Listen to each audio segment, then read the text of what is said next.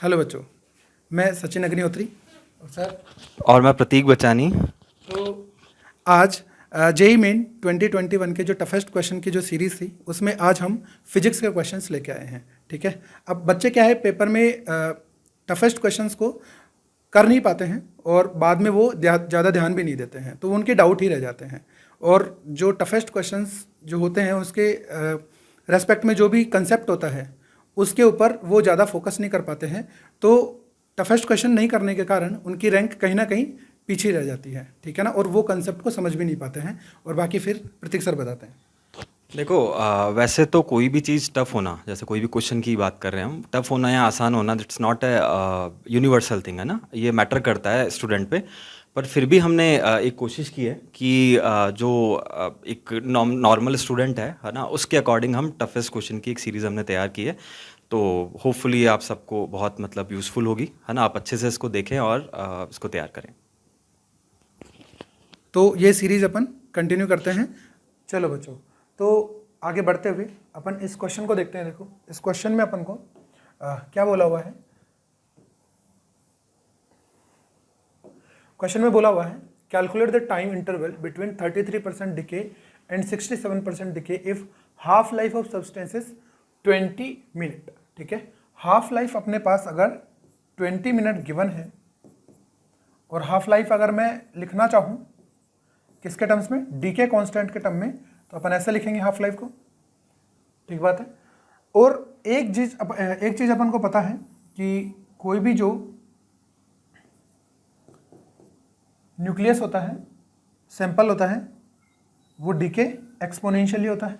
ठीक है, और अपन को पूछा गया है कि 33% और 67% के बीच में डीके, मतलब ये अपने पास पूछा गया है interval between 33% decay and 67% decay. जब 67% डीके हो जाएगा तो 37 रिमेनिंग रहेगा। इसका मतलब लेट्स से कि ये अपन ने मान लिया T2। ठीक है, और जब 33% डीके हो जाएगा तो रिमेनिंग कितना रहेगा, 67%। तो यहाँ से ये, तो अगर मैं यहाँ से बोलता हूँ तो दैट इज 67%, तो ऊपर से कितना आ गया 33, और यहाँ पे अपने पास ये है 33%, तो ऊपर से कितना हो गया 67%। ठीक बात है। Let's say this time is T1 and we are asking for T2 minus T1। ठीक है, तो यहाँ पे अपन को इक्वेशन पता होती है, n is equals to n naught e to the power minus of lambda t। तो अपन पहले बात करते हैं T1 की। T1 मतलब रिमेनिंग कितना, 67%। ठीक बात है। तो यहाँ पे 67% का मतलब हुआ कि n divide by n naught is equals to e to the power lambda T1। तो यहाँ पे n divide by n naught की वैल्यू हो गई 0.67 is equals to e to the power minus of lambda T1। तो इसको थोड़ा सा अगर अपन आगे सोल्व करते हैं, दोनों तरफ नेचुरल लॉग ले लेते हैं, तो अपने पास बनेगा ये minus of lambda T1 is equals to ln of 0.67। ठीक है, let's say this is equation number 1। और सेम अपने पास टाइम T2 के बाद में रिमेनिंग रहता है 33%।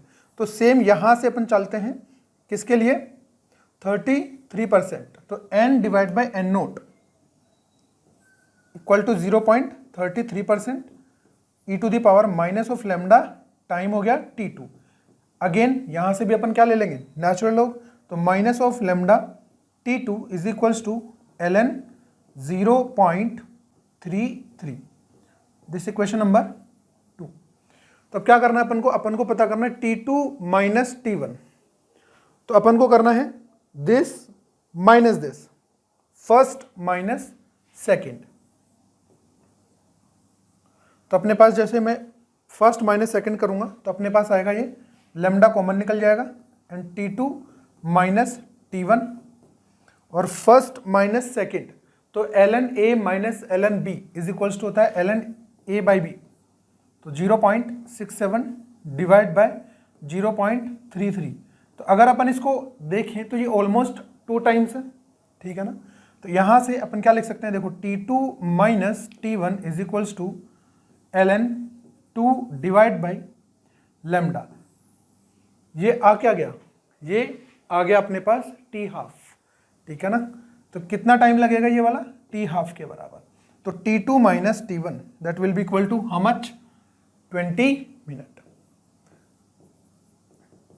20 मिनट टाइम लगेगा, ठीक बात है। तो यहां से अपने पास ऑप्शन हो जाएगा सेकेंड, ठीक है। इस तरीके से कर पाएंगे। चलिए आगे देखते हैं, ये क्वेश्चन देखते हैं। देखो इस क्वेश्चन में अपन को क्या बोला हुआ है,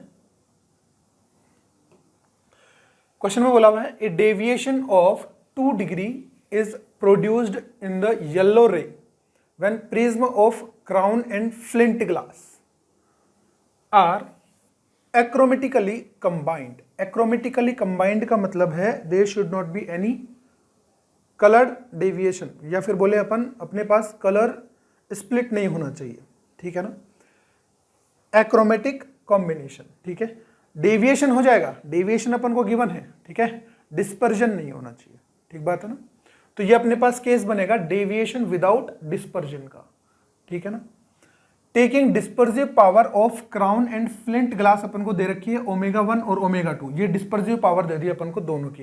लेट्स से कि अपने पास ओमेगा सी क्राउन ग्लास की अपन को दे रखी है 0.02 और फ्लिंट ग्लास की होगी omega of F is equals to 0.03, ठीक है, respectively. And refractive index of yellow light for these glasses 1.5, तो refractive index mu of C is equals to 1.5 and mu of F is equals to 1.6, ये भी अपन को given है।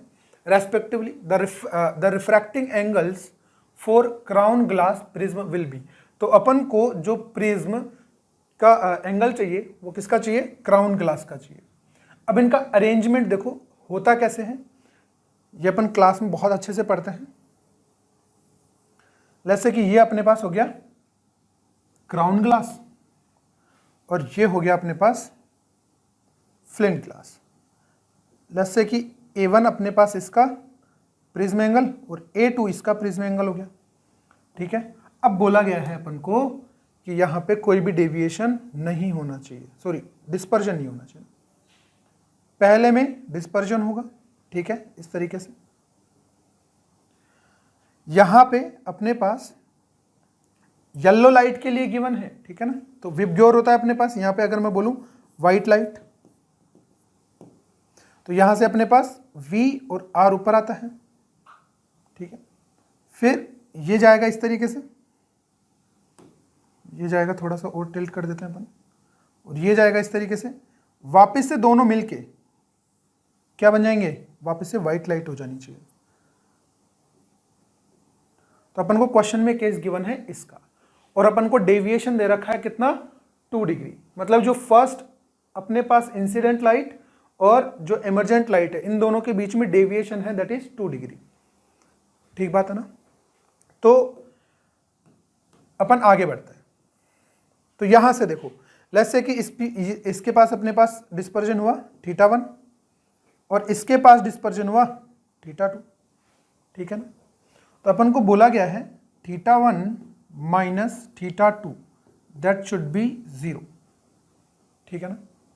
तो अपने पास जो डिस्पर्सिव पावर होती है, डिस्पर्सिव पावर होती है, अपन इसको ऐसे बोल देते हैं। लेट्स से कि ये अपने पास क्या है, क्राउन ग्लास, और ये है फ्लिंट मतलब एफ। इसको भी अपन क्राउन बोल देते हैं और इसको भी अपन फ्लिंट बोल देते हैं, एफ, ठीक है। और ये अपने पास crown glass minus flint glass, ठीक। तो ओमेगा ऑफ क्राउन ये अपने पास होता है थीटा से डिवाइड बाय डेल सी, ठीक है। Dispersion, angular dispersion divide by deviation, ठीक बात है ना। सिमिलरली अपने पास होता है omega of F is equals to theta F divide by del F. अपन को इन दोनों को इक्वेट करना है। अगर मैं यहां से देखूं मतलब theta C is equals to कितना है अपने पास, थीटा एफ है ना। तो अगर मैं इन दोनों इक्वेशन से यहाँ पे वैल्यू पुट करता हूं तो अपने पास आएगा omega C multiply del C is equals to omega F multiply del F. Equation number 1 यहाँ पे बोल देते हैं अपन।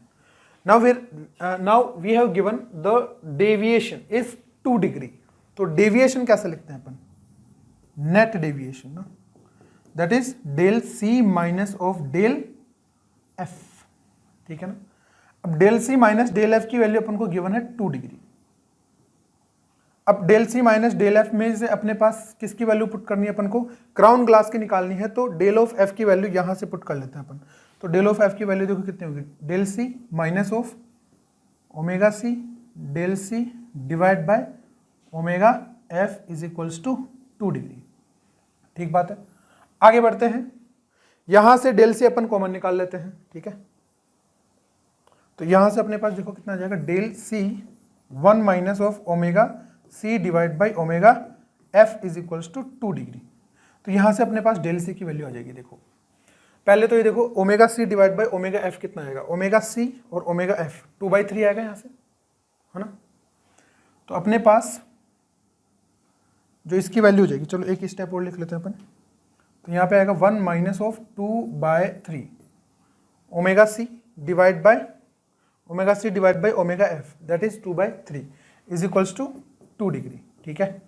तो यहाँ से अपने पास डेल सी कितना हो जाएगा, 2 × 3 तो दैट इज 6 डिग्री। तो अपने पास जो क्राउन ग्लास है ना, वहाँ से अपन को डेविएशन कितना मिला।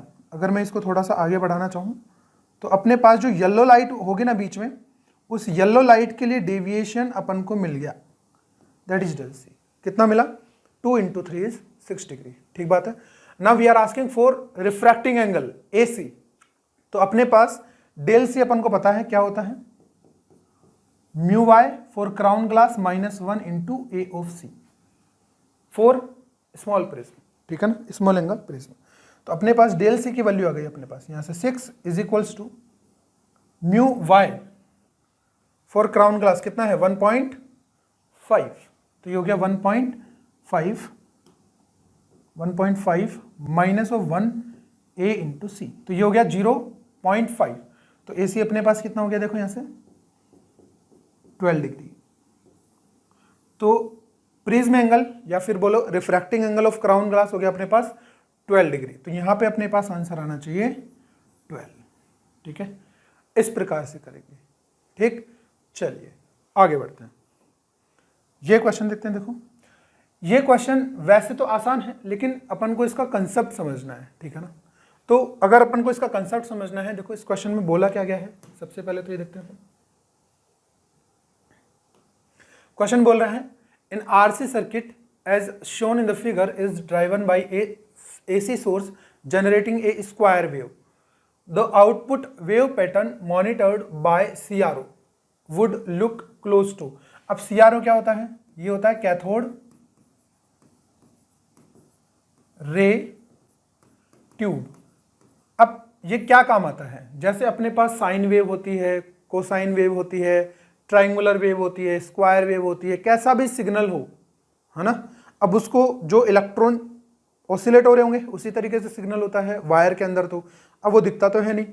अगर अपन को अगर इलेक्ट्रॉन के ऑसिलेशंस को देखना है अपन को, मतलब कि अपन जानना चाह रहे हैं कि जो सिग्नल है वायर के अंदर वो कैसे चल रहा है, कौन सी वेव है ना, किस तरीके से सिग्नल वेरी कर रहा है। तो ये विजुअल अपन को इफेक्ट्स दिखाते हैं कैथोड रे ट्यूब। जैसे अपने पास टीवी होती है, टीवी पे अपने पास साइन वेव बन जाएगी, ठीक है, कोसाइन वेव बन जाएगी, ठीक है, लिसाजो फिगर्स वगैरह भी काफ़ी अच्छे से बनते हैं इसमें। तो ये CRO होता है, ठीक है। तो ये अपन को दिखाएगा कि यहाँ पे किस तरीके की वेव दिखेगी, ठीक है ना, CRO के अंदर। तो यहाँ पे अपन सबसे पहले देखते हैं कि स्क्वायर वेव है। तो स्क्वायर वेव के अंदर क्या होता है कि एक टाइम तक वैल्यू कांस्टेंट रहेगी, फिर नेगेटिव हो जाएगी, फिर कांस्टेंट, फिर पॉजिटिव, इस तरीके से चलेगी स्क्वायर वेव। ठीक बात है ना। अब होगा क्या, देखो जैसे मैं पहले 0 से और T/2 के लिए बात करता हूं, है ना, 0 से T/2 के लिए अपन बात करते हैं। तो 0 से T/2 के लिए क्या हो जाएगा, 0 से जब T/2 के लिए बात करेंगे तो ये वाला पॉजिटिव बनेगा और ये वाला नेगेटिव बनेगा। लेस से द पोटेंशियल मैक्सिमा और मिनिमा अपने पास V0 और माइनस ऑफ V0 है, ठीक है। तो ये अपने पास यहाँ पे कितना पोटेंशियल रहेगा, 0 से T/2 तक के लिए अपने पास पोटेंशियल रहेगा V0, ठीक है ना। साइन वेव नहीं है, कांस्टेंट चलेगा 0 से T/2 के लिए। तो 0 से T/2 के लिए चलेगा तो ये अपने पास करंट इस तरीके से फ्लो करेगी, इसका मतलब ये प्लेट जो हो जाएगी चार्ज हो जाएगी, सही बात है ना। तो इसके अक्रॉस जो CRO है उसके अक्रॉस चार्जिंग का जो ग्राफ होता है, चार्जिंग का ग्राफ किस तरीके से होता है, देखो जैसे कि ये मैक्सिमम वोल्टेज V0 हुआ और ये V हुआ, चार्जिंग की इक्वेशन ऐसी होती है ना। अब ये कंप्लीटली चार्ज कितने टाइम में होता है, बहुत टाइम में होता है, ऑलमोस्ट इनफाइनाइट टाइम, ठीक है। और अगर अपन 98% 99% के लिए बात करेंगे तो 4 टाइम कांस्टेंट या 5 टाइम कांस्टेंट तक अपने पास 98% चार्ज हो जाता है, ठीक है। तो अब देखो, अब यहां पे ये जो 0 से T/2 है, अब ऐसा तो है नहीं कि जो T/2 है दैट इज इनफाइनाइट, है ना, कांस्टेंट तो नहीं बन गया, कुछ टाइम के बाद में ये डिक्रीज करेगा। तो इनिशियली जो कैपेसिटर होगा वो कंटिन्यूसली चार्ज होता रहेगा, होता रहेगा, होता रहेगा, होता रहेगा। फिर जैसे ही T/2 आएगा तो पोटेंशियल हो गई -V0, सही बात है ना। -V0 का मतलब हुआ कि ये अब पॉजिटिव हो गया और ये नेगेटिव हो गया, और जब ये पॉजिटिव हो गया ये नेगेटिव हो गया तो अपने पास जो कैपेसिटर करेगा अब इस तरीके से फ्लो करेगा करंट। मतलब क्या हुआ, मतलब ये हुआ कि ये जो प्लेट है अब ये डिस्चार्ज होगी और यहां पे पॉजिटिव चार्ज इंक्रीज होगा, यहां पे नेगेटिव चार्ज इंक्रीज होगा, सही बात है ना। अब ये डिस्चार्ज होगी, इसका मतलब अब ये डिस्चार्ज वाली ऐसी इक्वेशन आएगी अपने पास। फिर वापस से T/2 के बाद, मतलब एक टाइम कांस्टेंट हो गया यहां पे, फिर वापस से ये पॉजिटिव बन जाएगी, फिर वापस से चार्ज होगा, फिर T/2 के बाद मतलब 3T/2 हो गया ना अभी, फिर ऐसे आएगा।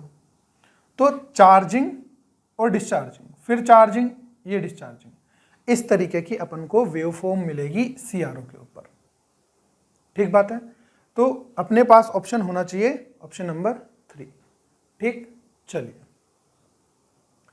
ये क्वेश्चन देखते हैं, देखो इस क्वेश्चन में अपन को क्या बोला हुआ है। क्वेश्चन बोल रहा है the 4 arms of a Wheatstone bridge have resistances as shown in the figure.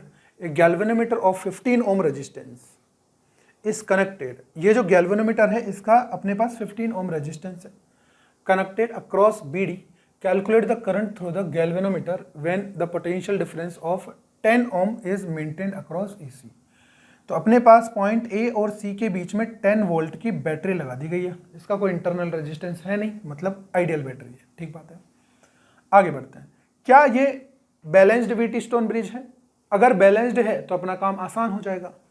तो सबसे पहले अपन चेक कर लेते हैं P/Q = R/S है या नहीं है, ठीक है। तो P अपने पास कितना है, देखो 100 / 60 = 10 / 5। क्या ये मैच कर रहा है? नहीं कर रहा, इसका मतलब ये बैलेंस्ड व्हीट स्टोन ब्रिज नहीं है, ठीक है। तो ये कैसा ब्रिज है? अनबैलेंस्ड। और अगर अनबैलेंस्ड है तो एक तो फॉर्मूला होता है जो याद करना ऑलमोस्ट इम्पॉसिबल है, मतलब कंटिन्यूसली याद करके रखना, है ना, वो ऑलमोस्ट इम्पॉसिबल है। इससे बेटर अपने पास क्या लगाएंगे, KCL या फिर KVL लगा के अपन इसको सोल्व करेंगे, ठीक है ना। तो अपने पास लेट्स से कि अपन ऐसा मान लेते हैं कि ये 10 वोल्ट की बैटरी है, तो लेट्स से कि ये अपने पास हो गया 0 वोल्ट और ये हो गया अपने पास लेट्स से x वोल्ट, नहीं x नहीं, ये तो हो जाएगा 10 वोल्ट, क्योंकि ये अगर 0 हो गया तो ये पोटेंशियल डिफरेंस हमेशा कितना रहना चाहिए, 10 वोल्ट, तो ये अपने पास 10 वोल्ट पे रहेगा, ठीक है ना। इन दोनों पॉइंट्स का पोटेंशियल मान लेते हैं अपन लेट्स से x और यहाँ पे मान लेते हैं अपन y। तो अगर अपने पास x और y की वैल्यू आ जाए तो काम बन जाएगा अपने पास, ठीक है ना। तो x और y की वैल्यू निकालने के लिए क्या करते हैं, अपन KCL लगा देते हैं, ठीक है। तो पहले मैं पॉइंट B के ऊपर KCL लगाता हूं, देखो क्या बनेगा, x - 10 / 100। और KCL कैसे लगाते हैं अपन, जिस पॉइंट पे KCL लगा रहे होते हैं उस पॉइंट का पोटेंशियल जो है वो अपन हाईएस्ट मान लेते हैं बाकी सारे पोटेंशियल से। तो अपन मानते हैं कि वहां से करंट हमेशा बाहर की तरफ जा रही है, तो टोटल आउटगोइंग करंट का सम जो होता है वो हमेशा 0 होना चाहिए। तो अपने पास x - 10 / 100, यहाँ पे होगा x - y plus x - y divide by galvanometer का रेजिस्टेंस 15 ओम है, ठीक है। तो यहाँ पे अपन लिखेंगे 15 ohm. Plus x minus 0 divide by how much 10 ohm is equals to 0। तो इसको थोड़ा सा अपन सोल्व कर लेते हैं। देखो कितना अपने पास एलसीएम आएगा, अपने पास एलसीएम आ जाएगा 300, ठीक है।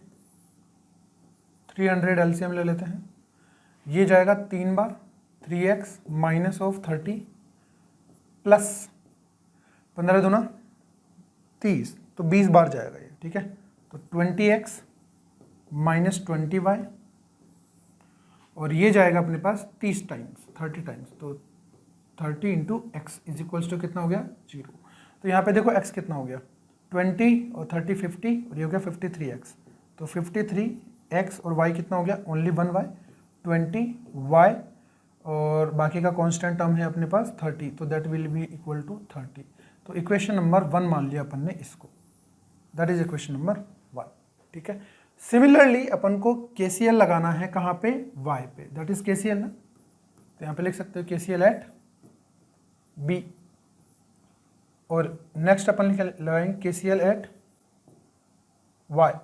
तो अपने पास देखो क्या बनेगा, अगेन y का पोटेंशियल हाईएस्ट मानना है अपन को, ठीक है। तो लिखेंगे y माइनस 10 डिवाइड बाय कितना 60 is equals to y minus X, naught is equals to plus y minus X divide by कितना 15 plus y minus 0 divide by how much 5 is equals to 0। अब यहाँ पे तो अपने पास 60 एलसीएम आ रहा है, सीधा सीधा दिख रहा है ना। तो 60 एलसीएम ले लेते हैं अपन, सेकंड पेज पे लिख लेते हैं, यहीं पे लिख लेते हैं अपन, है ना, वरना बार बार बदलना पड़ेगा। तो 60 एलसीएम आया तो y माइनस 10 तो यहीं पे बन गया, और यहाँ से 15 चौक 60, तो 4y माइनस ऑफ 4x, और प्लस 5 चकम 5 और 12 पंजो 60, तो 12y इज इक्वल्स टू 0। तो यहाँ से अपने पास देखो x कितना आ गया 4x आया माइनस का, और y कितना आया 4 और 1 5, 12 और 5 17, तो 17 ऑफ y माइनस 4x, और कांस्टेंट टर्म आया अपने पास माइनस 10, तो that will be equal to 10। तो एक इक्वेशन अपने पास ये बन गई, इक्वेशन नंबर 2। अब अपन को इक्वेशन नंबर 1 और इक्वेशन नंबर 2 को सोल्व करना है। सोल्व करने के बहुत सारे तरीके हैं, ठीक है, जैसे भी आप सोल्व करना चाहो कर सकते हो। जो वैल्यूज बनेगी देखो, x की वैल्यू 0.865 और y अपने पास बनेगा 0.792 वोल्ट, ठीक है। अपने पास कौन सा वोल्टेज ज़्यादा आ रहा है, ऑब्वियस सी बात है कि x का वोल्टेज ज़्यादा आ रहा है। अगर x का वोल्टेज अपने पास ज़्यादा आ रहा है, इसका मतलब है कि जो करंट है वो ऊपर से नीचे की तरफ आएगी। Let's say this current is I, तो अपन को I निकालने के लिए पोटेंशियल डिफरेंस पता होना चाहिए। तो पोटेंशियल डिफरेंस निकाल लो, देखो delta V divide by R। तो डेल्टा V कितना हो गया, देखो यहाँ से हो गया अपने पास 3 और यहाँ पे 7 और ये कट गया, तो 0.073 डिवाइड बाई R की वैल्यू कितनी है अपने पास 15 ओम। तो अपने पास अगर मैं इसको मिली एम्पियर्स में बनाना चाहता हूँ तो 73 डिवाइड बाई 15 कर लेता हूँ मैं, तो 15 चौक 60, फिर अपने पास जाएगा ये 8 टाइम्स और फिर 7 टाइम्स, तो अपने पास इतना मिली एम्पियर्स करंट आ गया 4.87 मिली एम्पियर्स, ठीक है। अब ये करंट किधर से किधर आया, B टू D करंट आया, इसका मतलब ऑप्शन बनेगा अपने पास थर्ड ऑप्शन, ठीक है। तो कभी कभी लेंथी क्वेश्चन भी आ जाता है, कैलकुलेशन में भी अपन को फंसना पड़ता है कभी कभी, ठीक है ना। चलिए आगे बढ़ते हैं। ए particle of mass m moves in a circular orbit in A central potential field, ठीक है ना। फोर्स जो है वो सेंट्रल है, ठीक है, और पोटेंशियल अपन को गिवन है, that is u is equals to u naught r की पावर 4। ऐसे क्वेश्चन बार बार पूछे जाते हैं, ठीक है ना, सेम टाइप के क्वेश्चन, और मेथड भी ऑलमोस्ट सेम ही रहता है सोल्व करने का। If Bohr's quantization condition are applied, अब बोर की क्वांटाइजेशन कंडीशन क्या बोलती है, mvr angular momentum is integer multiple of h upon 2 pi, that is the Bohr's condition, ठीक है। Radius of possible orbit rn vary with the n की power 1 by alpha, then find alpha, ठीक बात है ना। तो अपन को इन दोनों को यूज करना है। तो अब देखो कोई भी अगर पार्टिकल रोटेट कर रहा है सेंट्रल फील्ड की रेस्पेक्ट में, या फिर बोले सेंट्रल फील्ड के अंडर में, ठीक है, तो उसको सेंट्रीपिटल फोर्स प्रोवाइड करना होगा, ठीक है। तो सेंट्रीपिटल फोर्स जो होगा, या फिर बोले अपन conservative force, that is defined minus of D by D R, ठीक बात है ना। तो अपने पास जो इक्वेशन है यहां से क्या बनेगा देखो, 4u0 r की पावर 3, ठीक है, that will be the centripetal force. और ये जो सेंट्रीपिटल फोर्स है माइनस ऑफ 4u0 r की पावर 3, प्लस लगा लेते हैं, मैग्नीट्यूड से बात कर लेते हैं केवल, mv² डिवाइड बाय r, ठीक है। तो वेलोसिटी और रेडियस में क्या रिलेशन बनेगा देखो, velocity square is equals to 4u0 divide by m into R की पावर 6, सॉरी 6 नहीं 4। तो जो वेलोसिटी है वो डायरेक्टली प्रोपोर्शनल टू हो जाएगी r² के, सही बात है। अब वेलोसिटी अगर डायरेक्टली प्रोपोर्शनल टू r² के, तो इस चीज को अपन इसमें पुट कर लेते हैं, ठीक है। तो अपने पास देखो क्या बनेगा, m, या फिर डायरेक्टली प्रोपोर्शनल देख लेते हैं अपन, तो r की पावर स्क्वायर तो यहाँ पे है और r एक ये रहा, तो r³ बन गया। r³ is directly proportional to n, क्योंकि अपन को प्रोपोर्शनलिटी देखनी है रेडियस और n की, ठीक है। तो अपने पास radius of nth orbit is directly proportional to n की पावर 1/3। तो अल्फा की वैल्यू देखो कंपेयर करेंगे तो कितनी आ जाएगी, 3। अब बोर्स मॉडल पे बहुत सारे क्वेश्चन सेम ही तरीके के आते हैं, ठीक है। जैसे मान लो आपको पोटेंशियल एनर्जी का फंक्शन चेंज कर दिया, लेट्स से लोग कर दिया या फिर कुछ और फंक्शन कर दिया, ठीक है। तो that will be the potential energy and from where we can find the centripetal force और कंजर्वेटिव फोर्स, ठीक है ना, जो कि उसको रोटेट करवाएगा सर्कुलर पाथ में, ठीक है ना। चलिए आगे बढ़ते हैं, ये क्वेश्चन देखते हैं। देखो इस क्वेश्चन में अपन को बोला हुआ है, देखो क्या, sea water at a frequency f is equals to इतने hertz has permittivity epsilon naught is equals to 80 epsilon naught, ठीक है, एंड रजिस्टिविटी अपन को गिवन है 0.25 ओम मीटर, ठीक है। Imagine a parallel plate capacitor is immersed in sea water and is driven by an alternating voltage source, ठीक है, ये वोल्टेज सोर्स लगाया हुआ है। Then the conduction current density becomes 10 की power x times the displacement current density, ठीक है।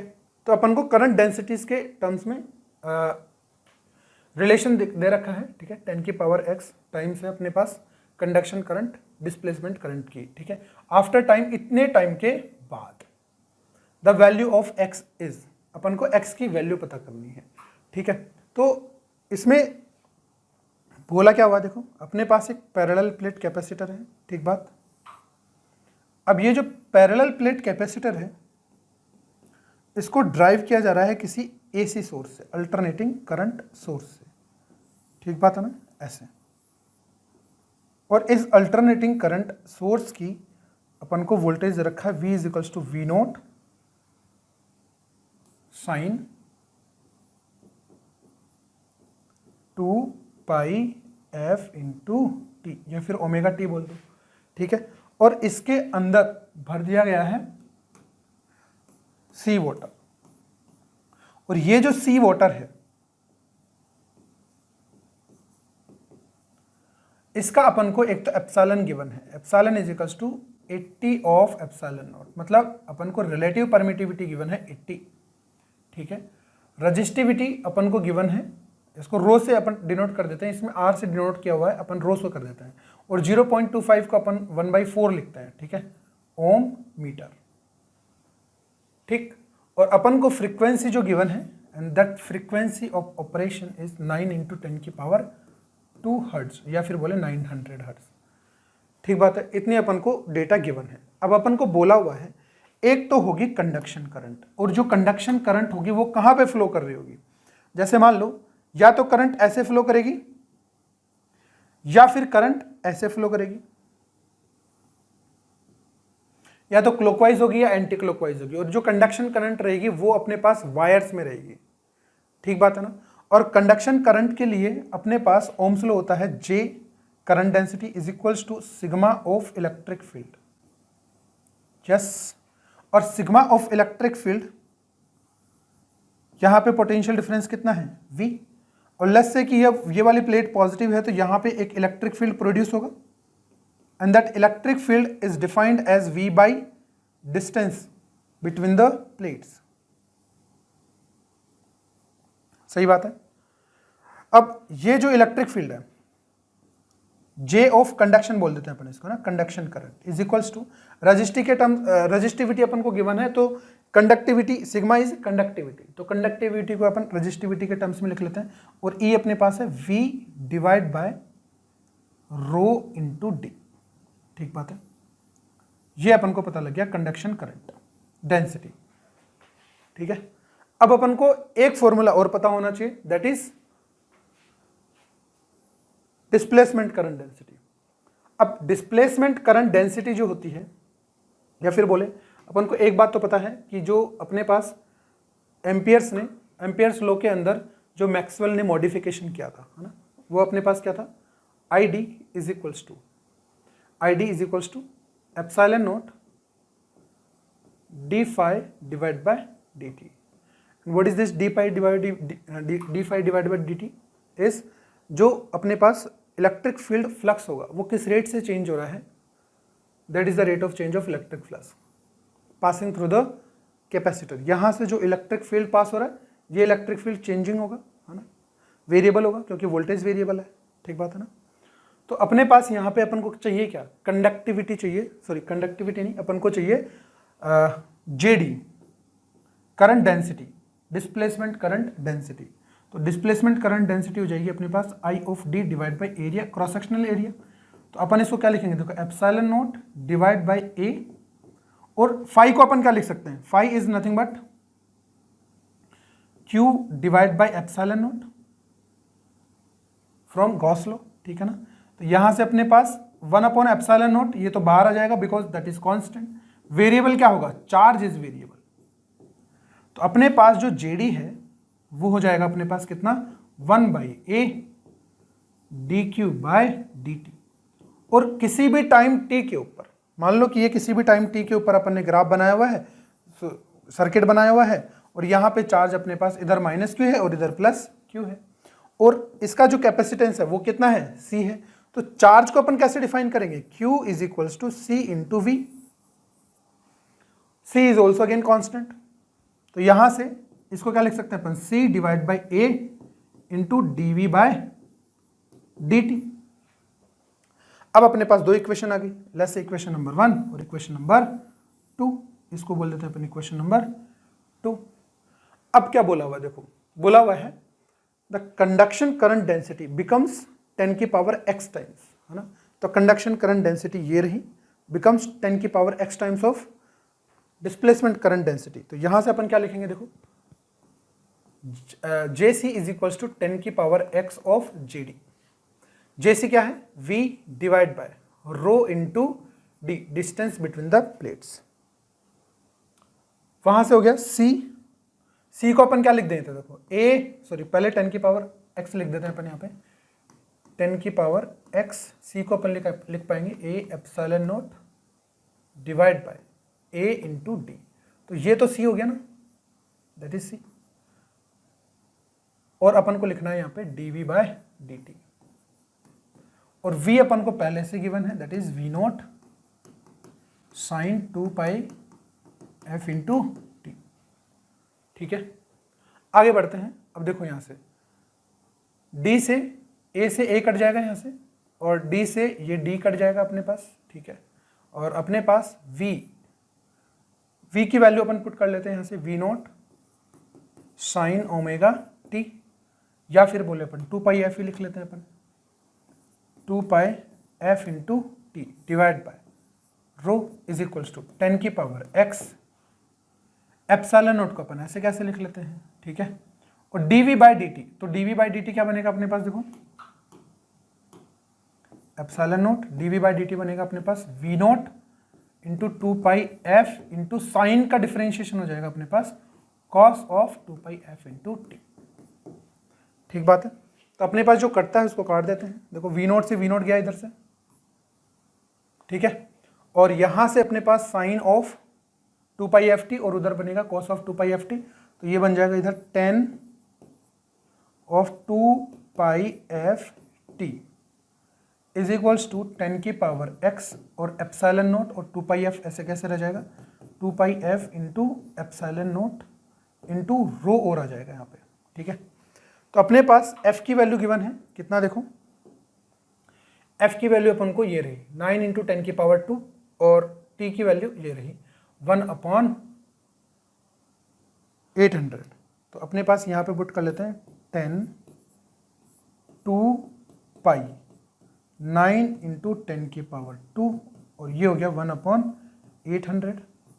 तो ये दोनों तो कट गया, ठीक है, और यहाँ से अपने पास ये कितना कट गया 4 टाइम्स, और यहाँ पे अपने पास बच जाएगा 10 की power x into 2 pi into 9 into 10 की पावर 2 और एप्सिलॉन नेट को अपन लिख पाएंगे अपन, देखो 1/36 पाई इंटू 10 की power 9 multiply rho is the density, और डेंसिटी अपन को कितनी गिवन है, देखो 1/4 है ना, resistivity, sorry not density, that is resistivity 1/4, ठीक है।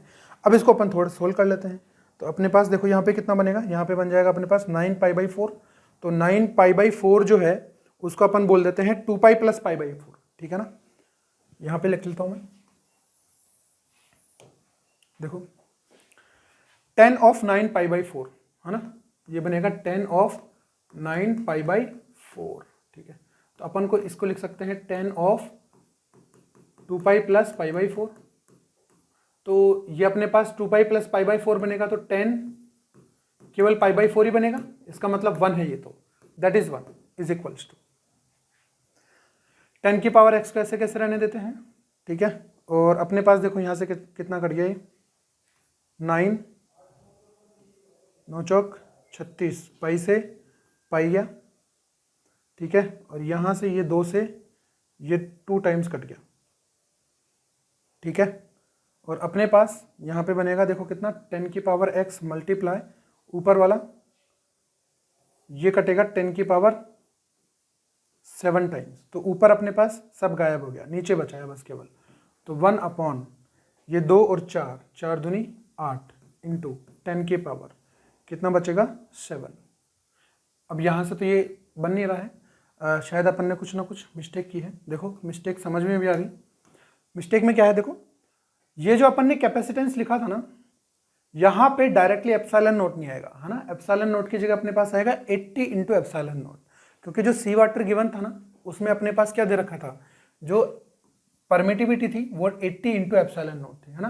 तो यहाँ से अपन 80 मल्टीप्लाई कर देते हैं अपन यहाँ पे हर जगह पे 80, और यहाँ पे भी कितना 80, इस 80 को अपन कंटिन्यू करते हैं, ठीक। और यहाँ पे भी अपने पास कितना बन जाएगा 80 से मल्टीप्लाई कर देते हैं अपन यहाँ से, ठीक है। तो यहाँ पे अपने पास जब इसको सोल्व करेंगे ना तो 10 की पावर x देखो कितना बन गया 10 की पावर 6, तो x की वैल्यू सीधी सीधी आ गई अपने पास 6, ठीक है। अब जब बड़ी कैलकुलेशन होती है ना तो कुछ ना कुछ डेटा मिस भी हो जाता है, ठीक है, तो उसका ध्यान रखें, बस वो प्रैक्टिस से आएगा धीरे धीरे, है ना। चलिए आगे बढ़ते हैं, ये क्वेश्चन देखते हैं। देखो the thickness at the centre of plano convex lens is 3 millimetre, ठीक है। प्लेनो कॉन्वेक्स लेंस गिवन है 3 मिलीमीटर थिकनेस है and the diameter is 6 centimetre, okay. If the speed of the light in the material of the lens is 2 into 10 की power 8 metre per second, तो एक बात तो पक्की है कि इस स्पीड से अपने पास मटेरियल का रिफ्रैक्टिव इंडेक्स आ जाएगा। And now we are asking for focal length of the lens, ठीक है। चलिए तो यहां से एक चीज तो अपन सीधा सीधा निकाल लेते हैं, refractive index that is c/v, यही होता है। c होता है अपने पास 3 इंटू 10 की पावर 8 डिवाइड बाई 2 इंटू 10 की पावर 8, तो दैट विल बी 3/2, सही। ये रिफ्रैक्टिव इंडेक्स हो गया। तो अपन को चाहिए फोकल लेंथ, तो अपन को गिवन क्या क्या है। सबसे पहले तो जो डेटा गिवन है वो समझ में आना चाहिए कि गिवन है अपन को क्या, प्लेनो कॉन्वेक्स लेंस है, ठीक है। तो अपने पास जो लेंस का कौन सा वाला पार्ट गिवन है, देखो ये प्लेनो कॉन्वेक्स लेंस हुआ, दैट इज द लेंस, ठीक है। और अपन को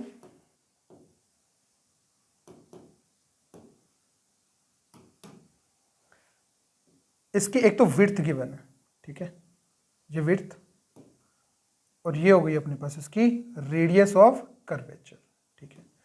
अपन को ये वाली चीज गिवन है, देखो विड्थ कितनी है 3 मिलीमीटर, है ना, थिकनेस इज 3 मिलीमीटर, और डायमीटर जो है वो 6 सेंटीमीटर। अब डायमीटर मतलब कौन सी चीज, इस पॉइंट से इस पॉइंट तक की distance, that is the diameter ना। अगर मैं इस प्लेनो कॉन्वेक्स लेंस को देखूंगा तो वो मेरे को दिखेगा तो सर्कुलर ही ना, अगर मैं इस तरफ से देखूंगा तो, है ना, ये ऐसे स्फेरिकल है, तो अगर मैं इस तरफ से देखूंगा तो ये सर्कुलर दिखेगा मेरे को। तो सर्कल का डायमीटर अपन को गिवन है, ठीक है ना। तो ये अपन को गिवन है, कितना है ये 6 सेंटीमीटर। तो लेट्स से कि दिस इज रेडियस आर, और ये अपने पास 3 सेंटीमीटर हो गया, तो ये अपने पास कितना हुआ R minus 3 millimetre, 3 millimetre given है ना, 3 सेंटीमीटर नहीं 3 मिलीमीटर, और ये अपने पास कितना हुआ 3 सेंटीमीटर, ठीक है ना, रेडियस जो बनेगी, ठीक। तो अपने पास आर की वैल्यू निकालनी है अपन को, ठीक है। तो आर की वैल्यू निकालने के लिए देखो क्या कर सकते हैं, this square minus this square, R minus 3 millimetre का स्क्वायर, ऐसे करते हैं अपन, इसको सेंटीमीटर में कन्वर्ट कर लेते हैं ना, मिलीमीटर को, तो अपन को बार बार लिखना नहीं पड़ेगा। तो 0.3 सेंटीमीटर, इसका square is equals to 3 square, ठीक है। तो इसको ओपन कर लेते हैं, देखो R square minus of R square plus of 0.6 R, ठीक है ना, तो ये भी बनता है ना 0.6 R minus 0.09 is equals to, ये बन गया 9, ठीक है। तो आर स्क्वायर से तो आर स्क्वायर कैंसिल हो गया, यहाँ पे बनेगा 0.6 R is equals to 9.09 centimetre. तो आर की वैल्यू अपने पास आ जाएगी, देखो कितना 90.9 डिवाइड बाय 6, तो ये ऑलमोस्ट कितनी बार कट जाएगा, देखो 15 छक्के 90, फिर 15 छक्के 90, तो 15.15 सेंटीमीटर। तो ये रेडियस ऑफ कर्वेचर आ गई अपने पास, जिस स्फेयर से ये प्लेनो कॉन्वेक्स लेंस बना हुआ है, ठीक बात है। रिफ्रैक्टिव इंडेक्स अपने पास पहले से आ गया था, ठीक है, ये थोड़ी सी ज्योमेट्री थी, बाकी तो आसान था, ठीक है। तो अपने पास फोकल लेंथ का फॉर्मूला होता है mu minus 1 by R1 minus 1 by R2। अब इसमें से ये जो फ्लैट वाली लाइन है, या फिर बोले अपन जो प्लेन वाली सरफेस है, उसकी रेडियस ऑफ कर्वेचर तो इनफाइनाइट बन जाएगी, तो 1/f इज इक्वल्स टू बनेगा म्यू माइनस 1 बाई आर। तो f इज इक्वल्स टू देखो कितना बनेगा r divide by mu minus 1। तो अपने पास यहाँ से जो फोकल लेंथ बनेगी, r की वैल्यू होगी 15.15 divide by mu minus 1, mu अपने पास 3/2 आया था, मतलब 1.5 में से एक गया तो आधा, तो 1/2, तो इसको अपने पास बन जाएगा ये 30.3 सेंटीमीटर। तो अपने पास देखो नियरेस्ट वैल्यू अपने पास है 4th वाला, तो 30 सेंटीमीटर अपने पास फोकल लेंथ बन जाएगी, किसकी, इस लेंस के, प्लेनो कॉन्वेक्स लेंस के, ठीक बात है। चलिए ये क्वेश्चन देखते हैं, देखो इस क्वेश्चन में अपन को क्या बोला हुआ है। क्वेश्चन में 3 rays of light normally namely red, green और blue are incident on a face PQ of a right angle, ठीक है। ये जो PQ फेस है, इस पे परपेंडिकुलर डायरेक्शन में इंसिडेंट हो रही है, ठीक है, ब्लू, ग्रीन और रेड, ठीक है। Okay, prism PQR as shown in the figure, ठीक है। The refractive indexes for the material of the prism for red, green और ब्लू, सबके लिए अपन को गिवन है। ये अपने पास है रिफ्रैक्टिव इंडेक्स फॉर रेड, ये है अपने पास रिफ्रैक्टिव इंडेक्स फॉर ग्रीन, ठीक है। The last one is for refractive index for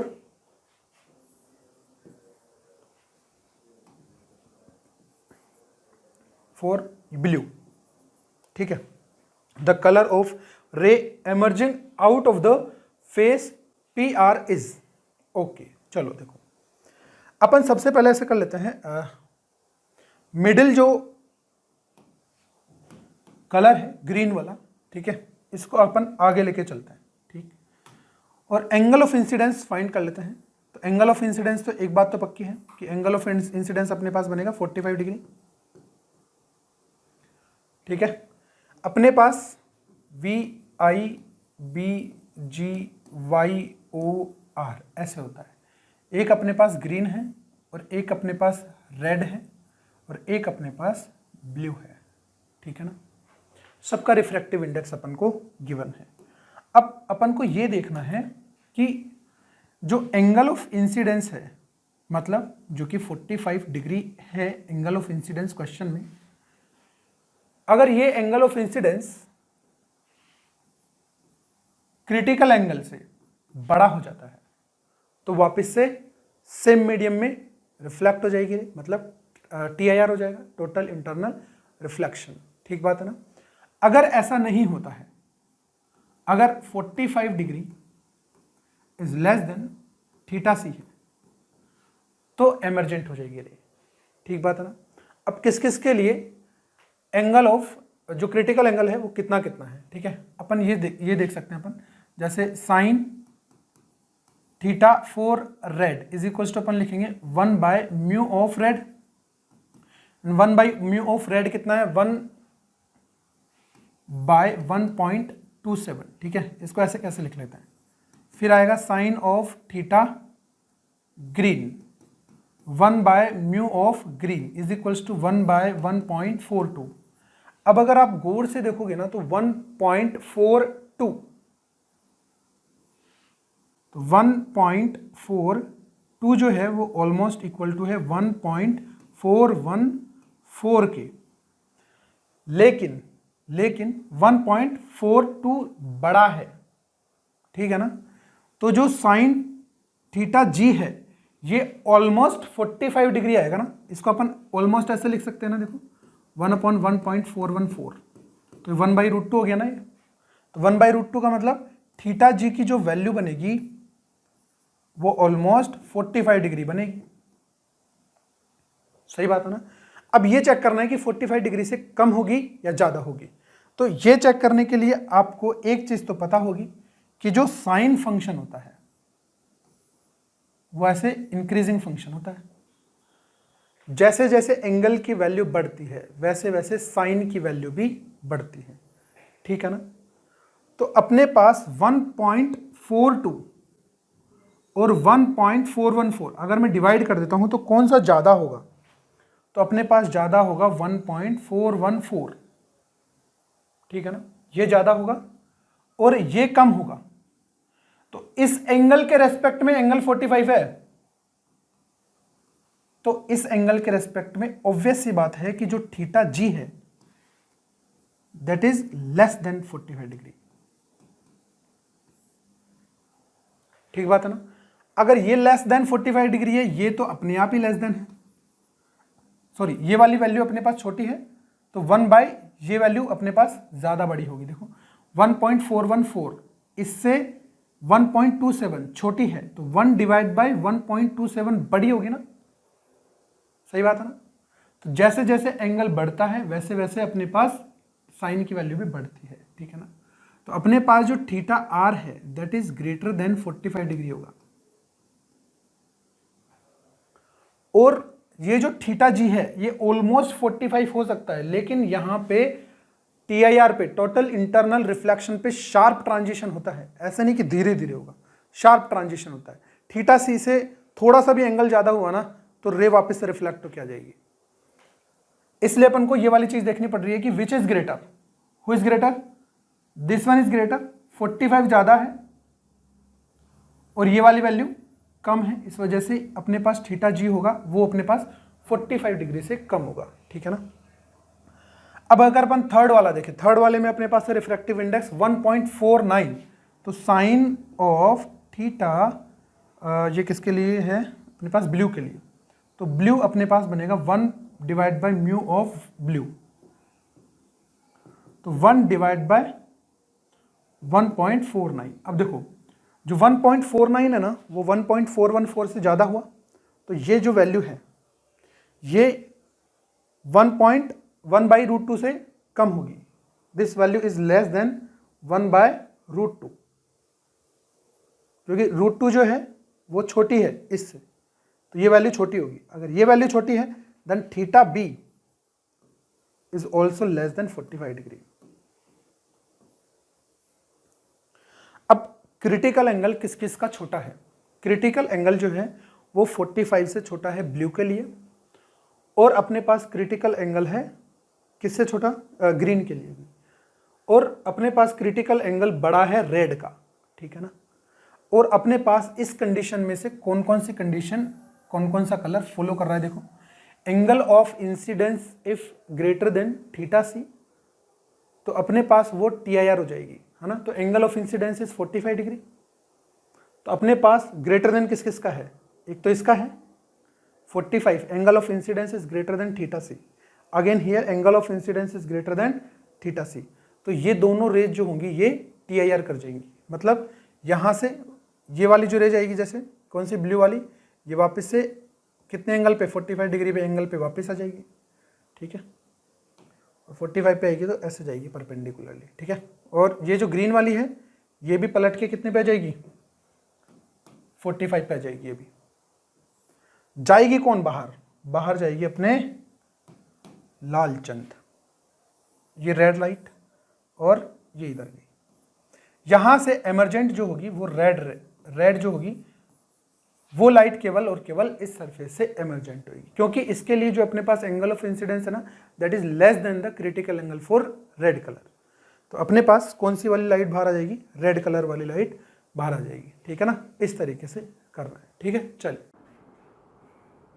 So, two electrons each are fixed at a distance 2d, and a third charge proton placed at the midpoint is displaced slightly by a distance x. Okay, तो सबसे पहले तो हम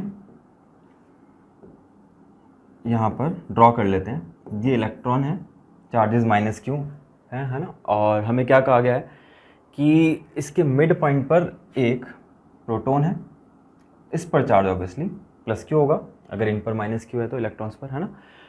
to the line joining the two fixed charges, है ना, यानी कि इनके इसके मिड पॉइंट पर ये, अगर ये डिस्टेंस जो है हमारे पास 2d है, ठीक है, तो ये डिस्टेंस हमारे पास d हो जाएगी, ठीक है।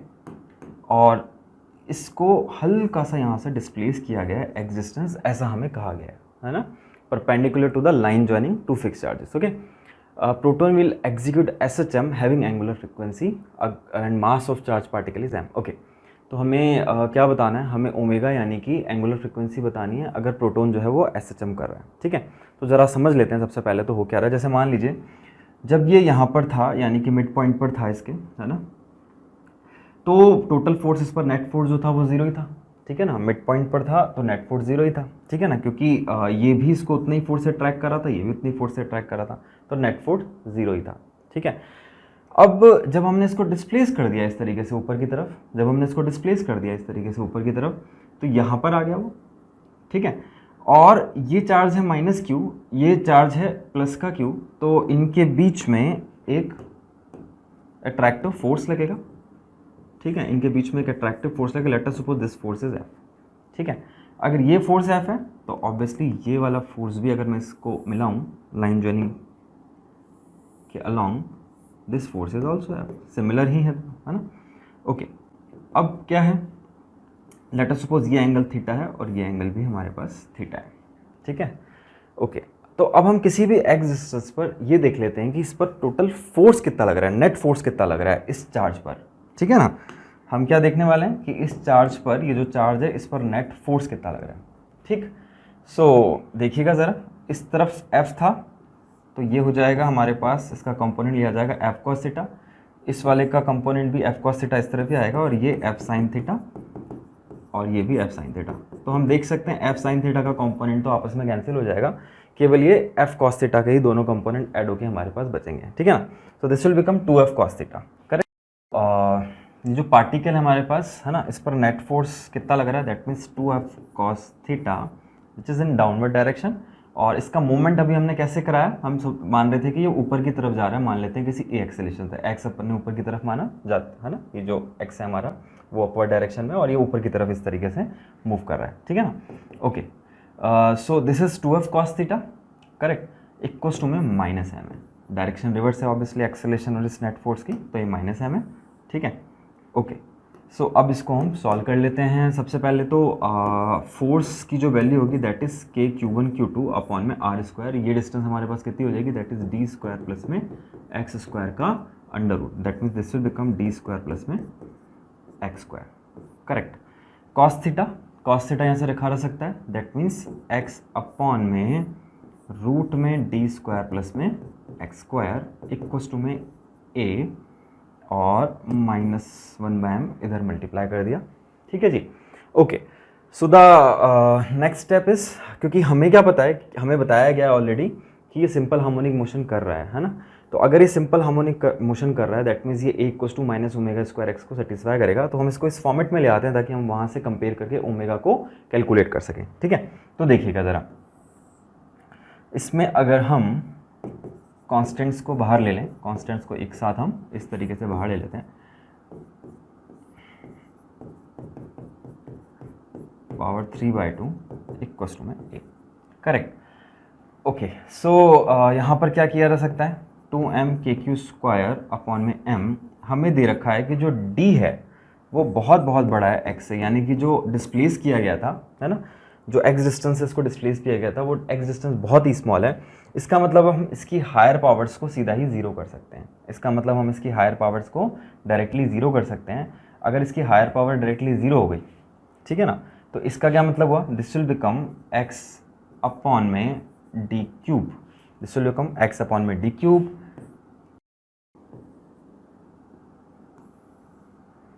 सो SHM के लिए एक्सेलरेशन का एक्सप्रेशन हम जानते हैं, कुछ ऐसे लिखा रह सकता है, ठीक है।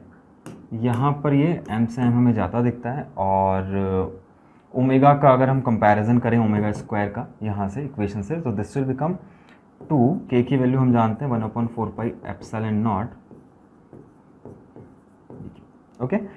सो the value of omega equals to में रूट q स्क्वायर अपॉन में 2πε0 D cube, correct. So right option अपन एक बार देख लेते हैं कि कौन सा आ रहा है, ठीक है ना, यही एंगुलर फ्रीक्वेंसी है जो कि पूछी गई थी। So right answer is Q square, यानी कि थर्ड ऑप्शन जो है इसका वो करेक्ट है, okay. Okay, so the next problem is the current at time t equals to 0 and t equals to infinity respectively for the given circuit is, है ना। एक सर्किट हमें दिखा रखा है और हमें क्या बताना है कि ये जो I हमें दे रखा है इसकी वैल्यू बतानी है t बराबर 0 और t बराबर इन्फिनिटी पर, ठीक है। तो सबसे पहले हम बात कर लेते हैं t बराबर 0 पर। अगर t बराबर 0 की बात की जाए, सो t बराबर 0 पर इंडक्टर में से कोई भी करंट पास नहीं होता है, there is no current pass through inductor, ये हम ऑलरेडी जानते हैं, ठीक है। अगर इंडक्टर में से कोई करंट पास नहीं होगा, इसका मतलब ये वाला सर्किट कुछ मैं इस तरीके से ड्रॉ कर सकता हूँ,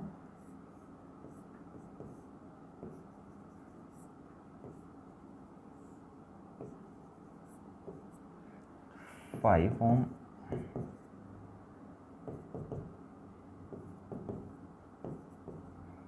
current is I, okay.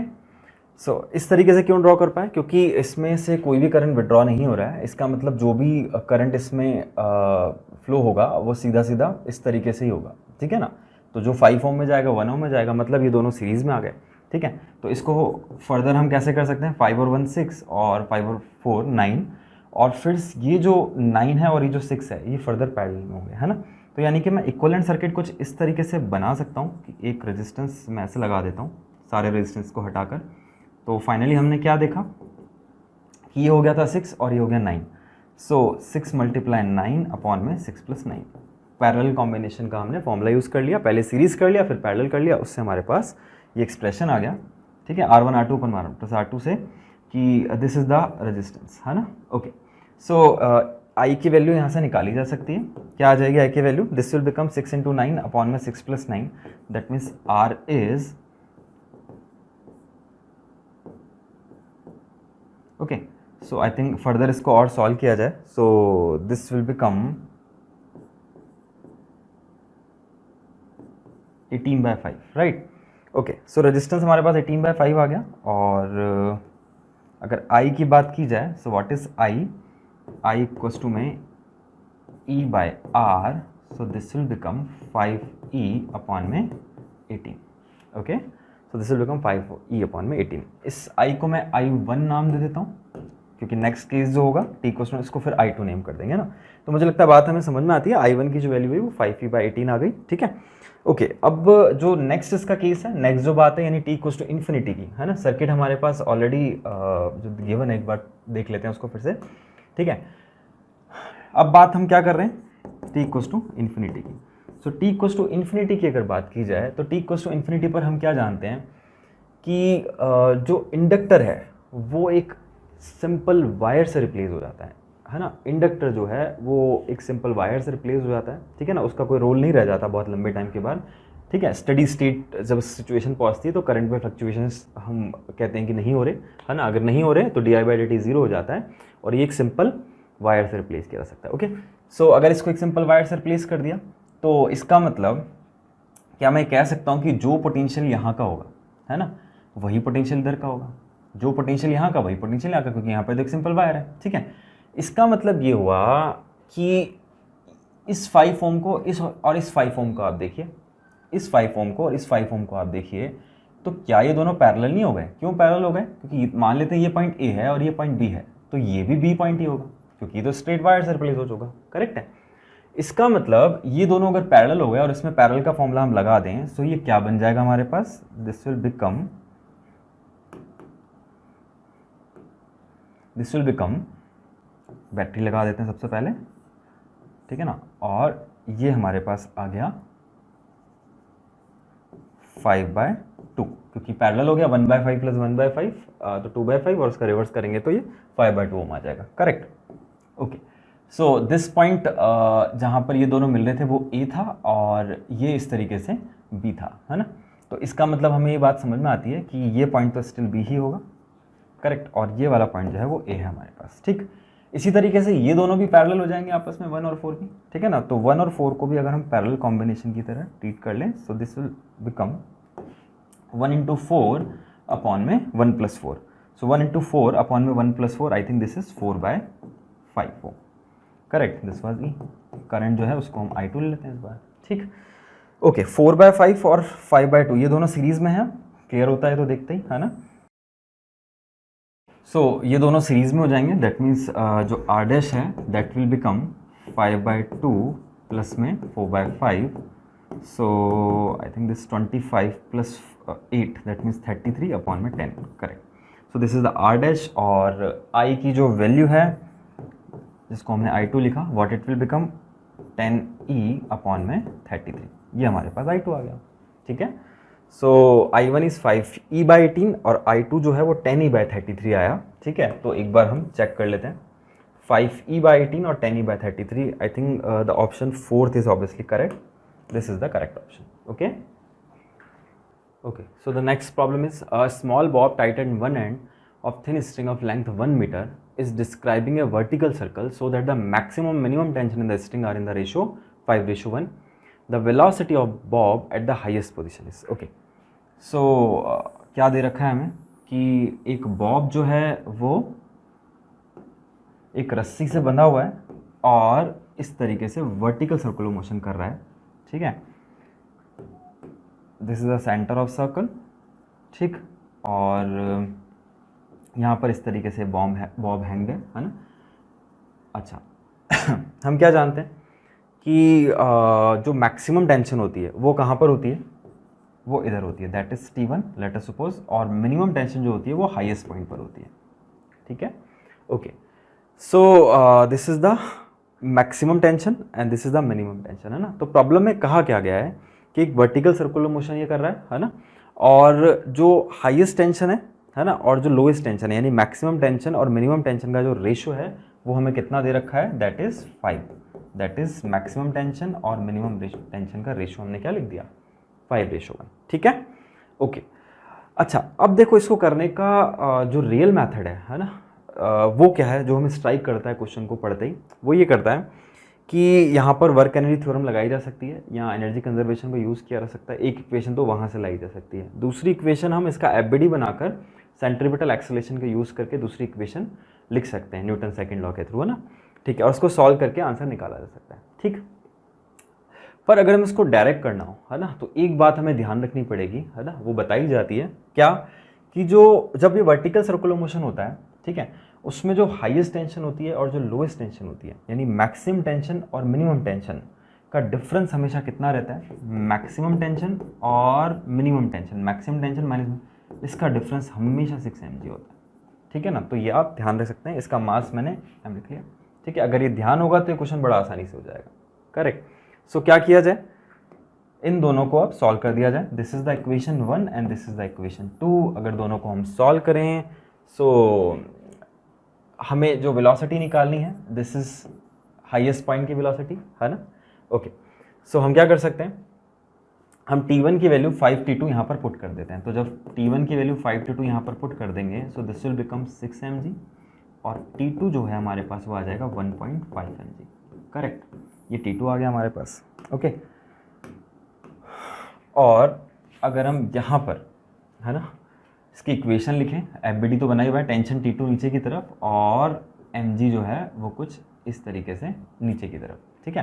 So equation अगर लिखी जाए तो क्या होगी, t2 प्लस में mg इक्वल्स टू में mv² अपॉन में l, ठीक है। t2 की वैल्यू भी already know that this is 1.5 mg और mg हो गया सीधा सीधा हमारे पास 2.5 mg equals to mv², l की वैल्यू हमें ऑलरेडी 1 मीटर गिवन है, ठीक है। So this is 1, correct. So 2.5 multiply g equals to v, so v √25, that means 5 metre per second is the right answer. So 5 metre per second is the right answer, ठीक है। ये question देखते हैं, देखो इस क्वेश्चन में अपन को क्या बोला हुआ है। क्वेश्चन बोल रहा है a radioactive material decays by simultaneous emission of two particles with half life of 1400 years, 700 years respectively. What will be the time after which 1/3 of the material remains? तो अपने पास ये पता करना है कि जो क्वेश्चन में दिया है, पहले अपन वो बना लेते हैं। जैसे कि ए अपने पास न्यूक्लियस है, ठीक है, ये साइमल्टेनियसली डीके हो रहा है, ठीक है, जैसे बी और सी के अंदर, ठीक है, और दोनों का अपन को हाफ लाइफ गिवन है। अब हाफ लाइफ दोनों का अलग अलग है, तो ऑब्वियस सी बात है कि डीके कांस्टेंट भी अलग अलग होगा, लेट्स से λ1 और λ2, ठीक बात है। और इसके number of nucleus let's say initial में अपने पास कितने थे, t इज इक्वल्स टू 0 पे अपने पास इतने थे, तो t is equals to t के ऊपर जो नंबर ऑफ न्यूक्लियस हो गई वो अपने पास हो गए n, ठीक बात है।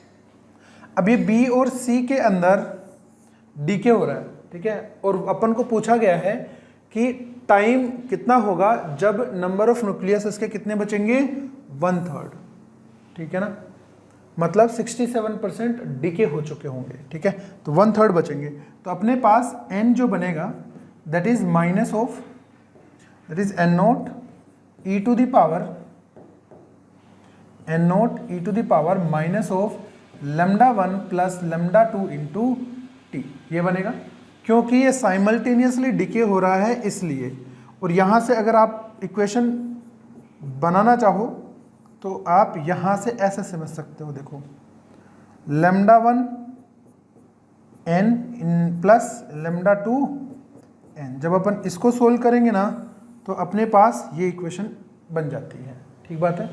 अब पूछा गया है कि n की वैल्यू अपने पास 1/3 हो जाए ना, तो n0/3, तो that will be n0 e to the power minus of λ1 plus λ2 into T. तो अपने पास ये कितना बन जाएगा, देखो ln माइनस का 3 बन जाएगा, n0 से n0 कट गया, और यहाँ पे बनेगा minus of λ1 plus λ2 into T.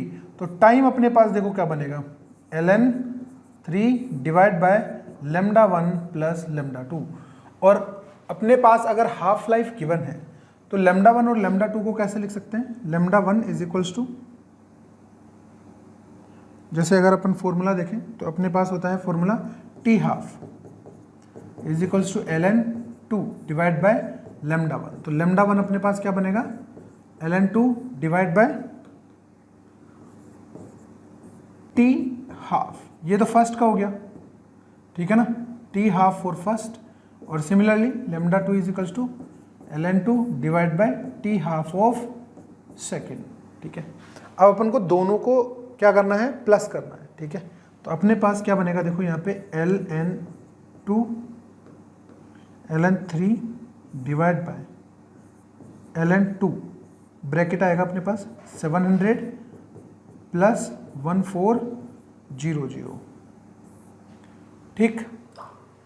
तो अपने पास देखो टाइम जो बनेगा, यहाँ से टाइम देखो क्या बन जाएगा, ln3 डिवाइड बाय ln2, और यहाँ पे अपने पास कितना बन जाएगा देखो 3 बाय 1400, तो ln3 1400 ऊपर ले गया अपन, और नीचे बचेगा 3 इंटू ln2। अब अपन को देखो ln3 की वैल्यू अपन को गिवन है, ln2 की वैल्यू अपन को पता होती है 0.693। सारी वैल्यू जैसे अपन पुट करते हैं तो अपने पास वैल्यू आ जाती है ये 740 ईयर्स, ठीक है, ऑलमोस्ट इतनी वैल्यू आ जाती है अपने पास, ठीक। चलिए इस तरीके से कर पाएंगे। आगे देखते हैं, ये क्वेश्चन देखते हैं। देखो इस क्वेश्चन में अपन को क्या बोला हुआ है, क्वेश्चन बोल रहा है a nucleus of mass capital M emits gamma ray, ठीक है, फोटोन ऑफ फ्रीक्वेंसी अपन को ये V दे रखी है, बट दैट इज जब V है तो V मान लेते हैं, चलो ठीक है। The loss of internal energy by the nucleus. अब देखो इंटरनल एनर्जी गई कहाँ, इंटरनल एनर्जी गई दोनों को काइनेटिक एनर्जी प्रोवाइड करने में, या फिर बोले फोटोन की एनर्जी एमिट हुई hν, एक तो उसमें चली गई, और बाकी जब फोटोन एमिट करेगा बाहर निकलेगा न्यूक्लियस से, तो वो मोमेंटम कंजर्वेशन के थ्रू वापस से रिकॉइल स्पीड प्रोवाइड करेगा, वो किसको, न्यूक्लियस को। तो न्यूक्लियस के अंदर काइनेटिक एनर्जी आ जाएगी और अपने पास फोटोन की एनर्जी hν। तो ये जो दोनों एनर्जी का समीशन होगा that will be the loss of internal energy, ठीक बात है ना। तो क्या लिख लेते हैं, देखो अपने पास सबसे पहले फोटोन के बारे में बात कर लेते हैं अपन, ठीक है। फोटोन की फ्रीक्वेंसी दे रखी है गामा रे, ठीक है। तो अपने पास एनर्जी ऑफ फोटोन ये कितनी हुई, E is equals to H, अपन इसको न्यू ही लिख लेते हैं, ठीक है, hν, ठीक। अब इसका मोमेंटम कितना होगा, मोमेंटम बन जाएगा अपने पास P is equals to H divide by lambda, और लैम्डा को अपन को फ्रीक्वेंसी के टर्म्स में लिख लेते हैं hc, और यहाँ पे हो गया u, ठीक है। ये इसका हो गया momentum c divide by lambda. तो अपने पास बोला है nucleus of mass capital M। अब न्यूक्लियस का मास कैपिटल M है ना, तो अपने पास अपन ऐसे लिख सकते हैं बाय मोमेंटम कंजर्वेशन। जैसे बंदूक में गन के अंदर रिकॉइल स्पीड होती है ना, वैसे इसमें भी रिकॉइल स्पीड हो जाएगी। देखो कैसे, कैपिटल M V, या फिर अपन मोमेंटम से लिखते हैं ना, मोमेंटम ऑफ न्यूक्लियस वेक्टर लिखें प्लस मोमेंटम ऑफ फोटोन, इसकी वैल्यू होनी चाहिए 0। इनिशियल मोमेंटम कितना था, पहले न्यूक्लियस रुका हुआ था ना, तो इनिशियल मोमेंटम 0 है, तो फाइनल भी 0 होना चाहिए। अगर मैं वेक्टर को हटाता हूँ तो क्या लिखूंगा मैं, न्यूक्लियस और मोमेंटम फोटोन का। इसका मतलब फोटोन का मोमेंटम है कितना, hν डिवाइड बाई c, और यही मोमेंटम किसका होगा, यही मोमेंटम तो न्यूक्लियस का होगा, सही बात है। तो अपने पास काइनेटिक एनर्जी अगर मैं देखूँ, है ना, kinetic energy of nucleus,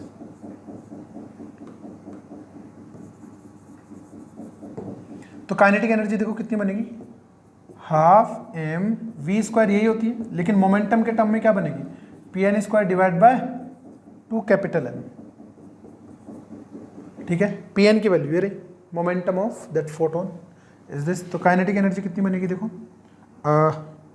hν divide by c का होल स्क्वायर, और 1/2m, तो ऐसे कैसे है। तो देखो काइनेटिक एनर्जी का, या फिर बोले अपन इंटरनल एनर्जी का लॉस क्या बनेगा, है ना, loss in internal energy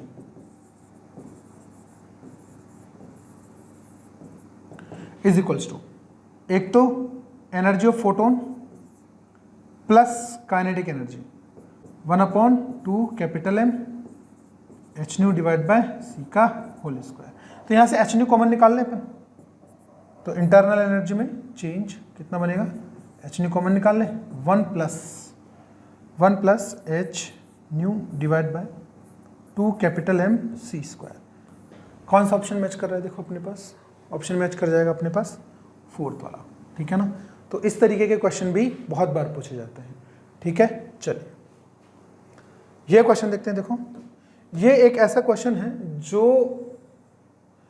Zener diode का मोस्ट प्रोबेबल क्वेश्चन है। अगर जीनर डायोड पे बेस कोई भी क्वेश्चन आता है तो कंसेप्ट इसी क्वेश्चन से बनता है, या फिर बोलो इसी तरीके के क्वेश्चन से बनता है, ठीक है ना। तो इसमें देखो क्या है, for the circuit shown below calculate the value of IZ, मतलब आपको करंट निकालनी है जीनर डायोड में, ठीक है ना।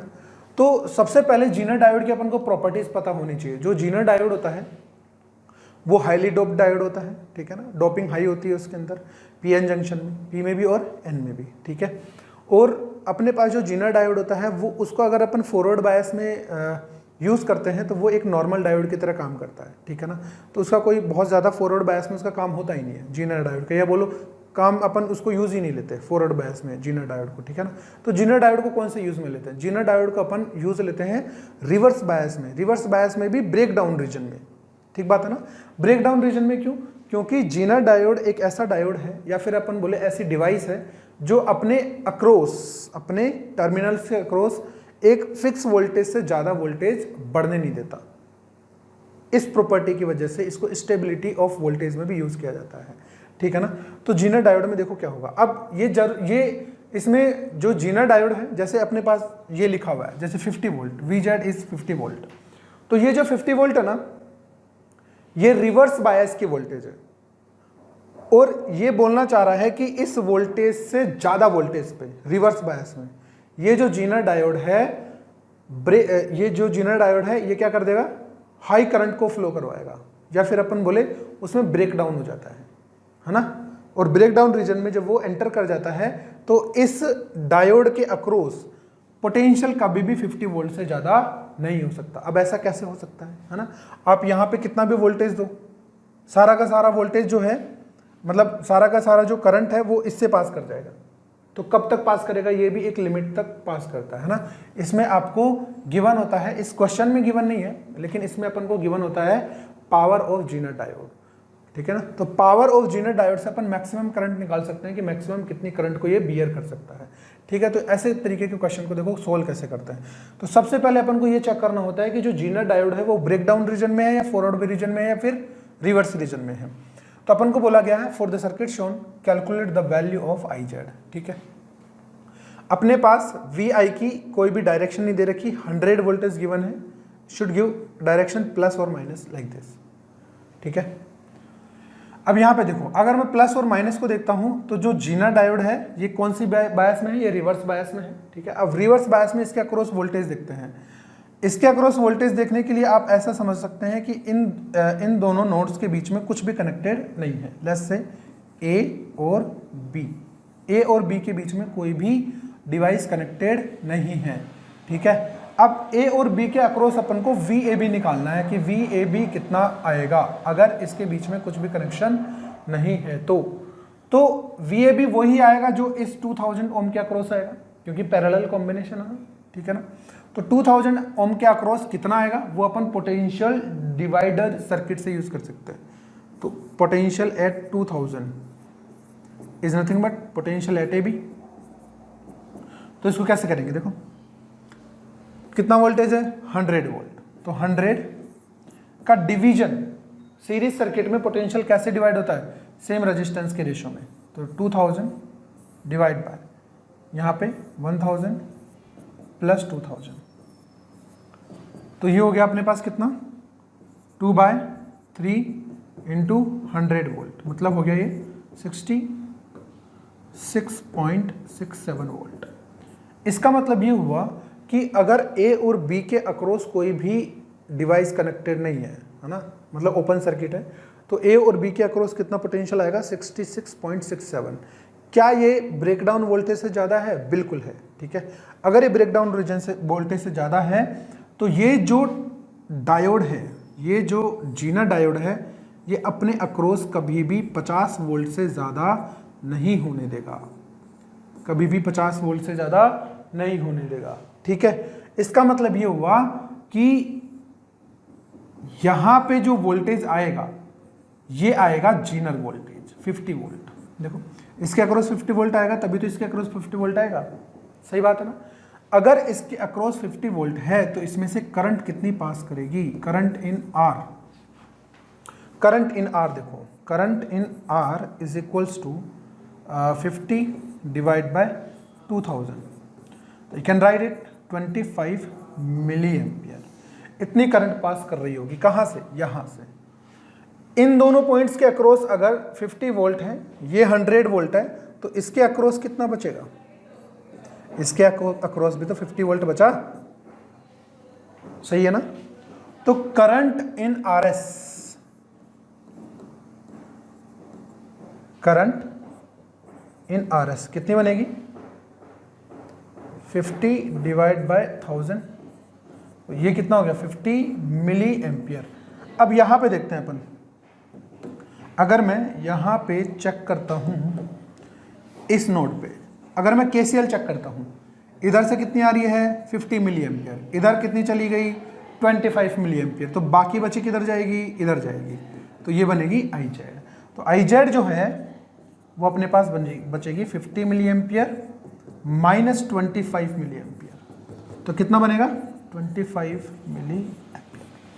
तो आंसर बनेगा अपने पास 25 मिली एम्पियर, फर्स्ट वाला, ठीक है। ऐसे टाइप के क्वेश्चन बहुत बार पूछे गए हैं, ठीक है। 21 में भी पूछे गए हैं, 2020 में भी पूछे गए थे, ठीक है। चलिए ये क्वेश्चन देखते हैं। देखो इस क्वेश्चन में अपन को क्या बोला हुआ है? In a spring gun having spring constant 100 Newton per meter, a small ball capital B, okay, of mass 100 gram is put in its barrel as shown in the figure. By compressing the spring through 0.05 meter, there should be a box placed at the height of 2 meter above the ground. Okay, the value of D is, okay, देखो आपको पूछा क्या गया है?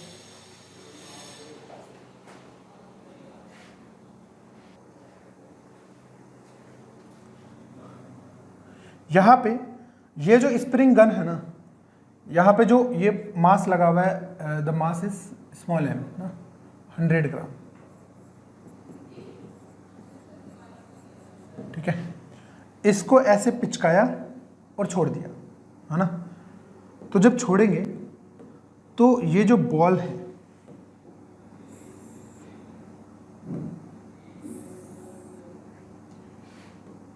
ये जो ball है ये कैसे जाएगी?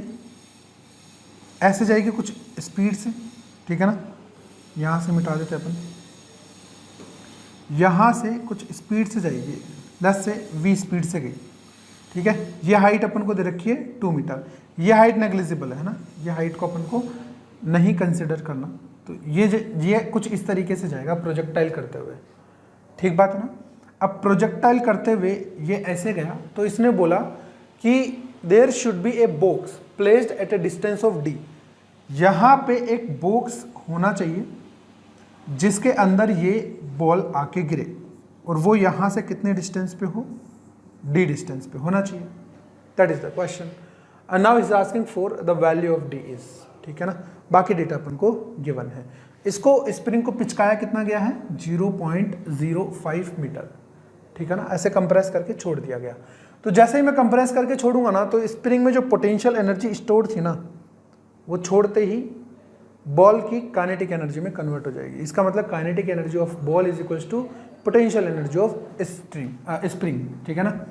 तो अपने पास एनर्जी कंजर्वेशन से क्या लिख सकते हैं? Half m v square is equals to half k x square. तो यहाँ से अपन को वेलोसिटी ऑफ बॉल मिल गई। देखो कितनी आ जाएगी? एक्स अंडर रूट ऑफ के बाई एम। अब x की वैल्यू अपन को गिवन है 0.05, ठीक है, मीटर में है तो अपन इसको मीटर में ले लेते हैं। के की वैल्यू है 100 मीटर न्यूटन पर मीटर, और एम की वैल्यू है अपने पास 100 ग्राम। तो 100 ग्राम है तो इसको किलोग्राम में ले लेते हैं अपन, ठीक है ना, ताकि यूनिट को चेंज करने की ज़रूरत ना पड़े। तो इसको लिख लेते हैं अपन 0.1, ठीक। तो वेलोसिटी अपने पास देखो कितनी आ जाएगी 0.05, और ये बन जाएगा 1000 ना, तो 1000 में से अपन बाहर निकाल लेते हैं 10, अंदर बच जाएगा एक 10, तो ये बचेगा 0.5 √10, ठीक है। इतना मीटर पर सेकंड जो स्पीड है वो बॉल के पास आ जाएगी, ठीक बात है। अब बॉल को हॉरिजॉन्टल वेलोसिटी मिलेगी केवल, वर्टिकल डायरेक्शन में वेलोसिटी कितनी है 0 है, वर्टिकल डायरेक्शन में वेलोसिटी कितनी है 0 है। इसका मतलब हुआ कि ये कितने टाइम तक हवा में रहेगी ये कौन बताएगा, वर्टिकल डायरेक्शन, ठीक है ना। तो वर्टिकल डायरेक्शन के लिए अपन क्या लिखें, वेलोसिटी 0, डिस्टेंस कितनी चलेगी 2 मीटर, तो अपने पास लिखेंगे h = इनिशियल वेलोसिटी 0, तो हाफ एक्सेलरेशन कितना g × t²। तो यहाँ से जो टाइम है ये आ गया अपने पास √2h/g। तो टाइम देखो कितना आ गया, टाइम ऑफ फ्लाइट आ गया √2h, कितना आ गया 2 अगेन, g आ गया 10। तो अपने पास आ गया यहाँ से 2√10, इसको ऐसे लिख लेते हैं 2√10 सेकेंड लगेंगे कहाँ से कहाँ तक पहुँचने में, यहाँ से और यहाँ तक पहुँचने में। अब हॉरिजॉन्टल डायरेक्शन में कितनी वेलोसिटी प्रोवाइडेड है, इतनी। क्या हॉरिजॉन्टल डायरेक्शन में कोई एक्सेलरेशन है, नहीं, कोई एक्सेलरेशन नहीं है हॉरिजॉन्टल डायरेक्शन में। वर्टिकल डायरेक्शन में g होता है ना, जो कि उसको नीचे लेके आएगा। तो हॉरिजॉन्टल डायरेक्शन में कोई एक्सेलरेशन नहीं है, तो ये जो v रहेगी हर एक पॉइंट पे कांस्टेंट रहेगी हॉरिजॉन्टल डायरेक्शन की वेलोसिटी। तो हॉरिजॉन्टल डायरेक्शन में अपन को d प्रोवाइडेड होगा, तो d = क्या लिखेंगे, velocity horizontal direction multiply time, s = ut + ½ at², तो a हो गया अपने पास 0, ठीक है। तो v × t, v कितना है अपने 0.5 √10 मल्टीप्लाई t कितना आया 2√10। तो अपने पास जो डिस्टेंस आई इसको √10 से √10 कट गया, 2 बार मतलब 1 मीटर। आंसर अपने पास कितना आना चाहिए, डिस्टेंस कितनी होनी चाहिए 1 मीटर की। तो यहाँ से अपने पास जो ब्लैंक एरिया है that should be filled by 1 metre, ठीक है। चलिए इस तरीके से, चलिए ये क्वेश्चन देखते हैं। देखो इस क्वेश्चन में बोला हुआ है a body having specific charge 8 microcoulomb पर ग्राम, स्पेसिफिक चार्ज है ना, मतलब अपन को गिवन है Q/m का रेशियो, दैट इज 8 माइक्रोकूलम पर ग्राम, ठीक है, पर ग्राम है ये, ठीक है। Is resting on a frictionless plane at a distance of 10 centimetre. तो ये अपन को डिस्टेंस कितनी है 10 सेंटीमीटर फ्रॉम द वॉल, ठीक है, as shown in the figure. It starts moving towards the wall when a uniform electric field of 100 volt per metre is applied horizontally towards the wall, ठीक है। If the collision of body with the wall is perfectly elastic, perfectly elastic का मतलब हुआ E = 1, मतलब जितनी energy से जाएगी उतनी एनर्जी से वापस से पलट के आ जाएगी, ठीक है ना। Then the time period of the motion will be, अब देखो टाइम पीरियड का क्या मतलब हुआ, इस पे चार्ज मान लो +Q है, ठीक है, यहाँ पे इलेक्ट्रिक फील्ड इतना प्रोवाइडेड है, तो होगा क्या, इस इलेक्ट्रिक फील्ड की वजह से क्या होगा, यहाँ पे फोर्स लगेगा इसके ऊपर, ऑब्वियस सी बात है, and that is Q × E। तो इस फोर्स की वजह से इसके अंदर एक्सेलरेशन आ जाएगा, एंड दैट एक्सेलरेशन = कितना होता है QE/m। ये एक्सेलरेशन हो गया। अब होगा क्या, ये ब्लॉक इस एक्सेलरेशन से जाएगा d डिस्टेंस पे जाके कोलाइड करेगा वॉल से। अब जब कोलाइड करेगा ना ये यहाँ पे, तो E अपने पास कितना है 1 है। अगर E अपने पास 1 है तो जितनी वेलोसिटी से आएगा उतनी वेलोसिटी से वापस से जाएगा। तो यहाँ पे जो एक्सेलरेट कर रहा था पहले, अब वो इसको रिटार्ड करेगा। एक्सेलरेशन और रिटार्डेशन दोनों की वैल्यू सेम है, वेलोसिटी सेम है, टाइम सेम है, यहाँ से यहाँ तक का टाइम। और ये जब वापस से सेम वेलोसिटी से जाएगा तो कहाँ जाके रुकेगा, जहाँ से उसने चालू किया था चलना, because there is no friction. अगर फ्रिक्शन होता तब गड़बड़ हो जाती है ना।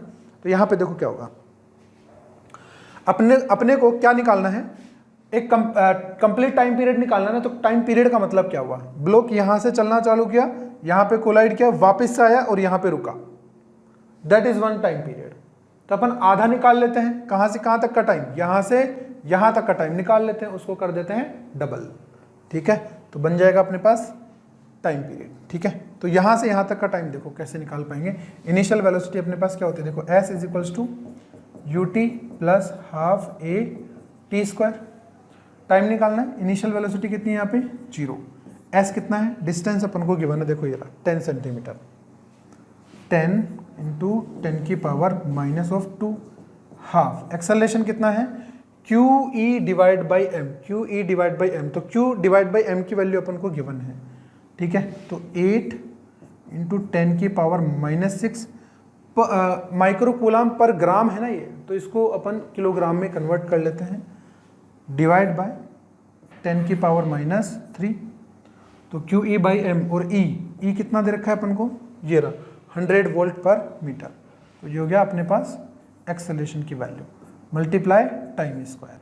तो अपन को टाइम निकालना है यहाँ से, तो जो कटता है उसको काट देते हैं अपन। देखो यहाँ पे 3 और 2 5, तो यहाँ पे केवल और केवल 1 बच गया, सही है ना। और यहाँ से 1 कट गया और 1 इधर से कट गया, तो 10 की पावर का हो गया खत्म। यहाँ पे अगर मैं टी स्क्वायर देखता हूँ, है ना, तो यहाँ से देखो क्या बनेगा, ये कट गया, ये कट गया, ये 4 टाइम्स कट गया, तो 1/4। तो टी इज इक्वल्स टू कितना आ गया, 1/2। अपन को टाइम पीरियड चाहिए ना, तो टाइम पीरियड बराबर कितना होगा, देखो t is equals to 2 into T, तो 1 सेकेंड हो जाएगा, हाफ का कितना हो जाएगा 1 सेकेंड, इस तरीके से। ठीक है, ऐसा ही क्वेश्चन एक एडवांस में भी आया था जिसमें मैकेनिक्स प्लस इलेक्ट्रिक फील्ड का एक्सेलरेशन इंक्लूडेड था। ठीक, चलिए इस तरीके से कर पाएंगे। चलिए